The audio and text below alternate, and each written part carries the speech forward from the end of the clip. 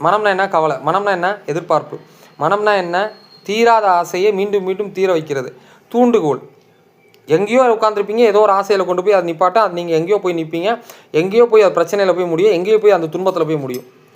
ஆனால் அந்த மனமை வந்து நீங்கள் சரியாக வந்து இயக்க செஞ்சு அதுக்கான நோக்கம் வைராகியத்தோடு அதோடைய நோக்கத்தை வந்து கண்டுபிடிச்சி அதை இறைவனிடம் தொடர்பு கொள்ள ஆரம்பிச்சிங்க அப்படின்னா, இறை வழிபாட்டில் தொடர ஆரம்பிச்சிங்கன்னா நிச்சயமாக ஒரு நல்ல ஒரு உங்களுக்கு ஒரு நல்ல ஒரு விடை, நல்ல ஒரு வாழ்க்கையில் வந்து பார்த்திங்கன்னா சிறப்பாக அடுத்த கட்டத்துக்கு வந்து போகலாம். அப்போ மனம் எண்ணக்கூடிய எண்ணங்களால்தான் உலக சிருஷ்டிக்கப்படுது. பிரம்மான்னு சொல்லுவாங்க. உலக அந்த சிஸ்டம் வந்து உலக சிஸ்டம் வந்து எப்படி இருக்குது அப்படின்னா, பிரம்மானால தான் உலக சிஸ்டம் இருக்குது. பெருமாளுங்கிறது மனம், பிரம்மாங்கிறது புலன்கள், ஐம்புலன்கள். பிரம்மா அதான் 5 தலை அப்படின்றாங்க. பிரம்மாங்கிறது 5 தலை, பெருமாளுங்கிறது மனம், சிவனுங்கிறது ஆன்மா. சிவனுங்கிறது ஆன்மா. அப்போ உயிரோடு இருக்கும்போதே செத்து மடி அப்படிம்பார் ரமணர். உனக்குள்ளே இருக்கிறத தேடி எடு அப்படிம்பார். அப்படின்னா இதெல்லாம் நிறையா என்ன வார்த்தைகள் அப்படின்னா, பார்ப்பவனே பார் அப்படிம்பார். பார்ப்பவனே பார், யாருக்கு இது நடக்குது பார், யாருக்கு இந்த எண்ணங்கள் வருதுன்னு பார், யார் உள்ளே இருந்து ஏற்கிறாருன்னு பார்.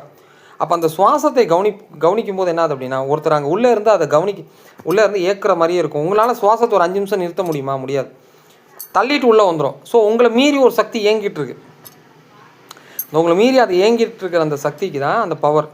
அந்த சக்தி எங்கே இருக்குது, அதோடைய எங்கே மூலாதாரம் எங்கே இருக்குது, அந்த மூச்சு இழுத்து அது கூடயே நீங்கள் வந்து பயணிக்கும் போது அந்த மூச்சாகப்பட்டது உங்களை அது கூட கொண்டு போய் அந்த மனம் வாயிலாக போய் இறைவனிடம் அந்த ஆன்மாவிடம் உங்களை சேர்க்கும். அப்படி சேர்த்துச்சு அப்படின்னா அப்போ தான் உங்களுக்கு தெரியும், நீங்கள் இந்த பூமிக்கு தொடர்புள்ள ஒரு ஆள் கிடையாது.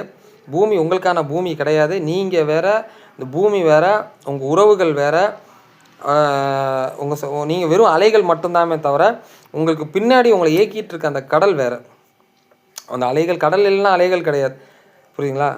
கடல் இல்லைன்னா அலைகள் இல்லை. அலைகள் இல்லைன்னா கடல் உண்டு, அலைகள் இல்லைன்னா கடல் உண்டு. ஆனால் கடல் இல்லாமல் அலைகள் உருவாகாது. அப்போ அந்த அலைகள் தான் இந்த ஆன்மா, அந்த எண்ணங்கள். அப்போது அந்த எண்ணங்கள் எங்கேருந்து வருது? கடல்லேருந்து வருது. அந்த கடல் யார்? இறைவன். அந்த இறைவன் எங்கே இருக்கார்? ஆழக்கடலில் இருக்கார். ஆழக்கடலுக்கு செல்வதற்கு என்ன பண்ணணும்? கட்டையாக இருந்தால் மிதக்கும், இரும்பாக இருந்தால் கல்லாக இருந்தால் கீழே போகும். அப்போ உங்களை நீங்கள் அதுக்கு தகுந்த தயாரி பண்ணிவிட்டு அதை ஆழக்கடலுக்கு போய் சென்று அதை தேடி பிடிக்கிறது தான் இந்த பிறப்புக்கான நோக்கம். இதுதான் ஆன்மீகத்தினுடைய முதல் படி. அதுக்கு முதல்ல வந்து ஃபஸ்ட்டு ஆன்மா இதுக்குள்ளே இருக்குது. ஆன்மாவை வந்து யார் கண்ட்ரோல் பண்ணி வச்சுருக்கா? கண்ட்ரோல் பண்ணல. ஆன்மாவை யார் மறைச்சி வச்சுருக்கா? மனம் யார் கண்ட்ரோல் பண்ணுறா? எண்ணங்கள் யார் கண்ட்ரோல் பண்ணுறா? புலன்கள் யார் கண்ட்ரோல் பண்ணுறா? சுவாசங்கள். அந்த சுவாசத்தை பிடிச்சி ஐம்புலன்கள் வாயிலாக, மனம் வாயிலாக அதை அடக்குனீங்கன்னா ஆன்மா தானாக வெளிப்படும், மினுங்கும். இதுதான் உண்மை ட்ரூத். ட்ரை பண்ணி பாருங்கள். மீண்டும் சந்திக்கலாம்.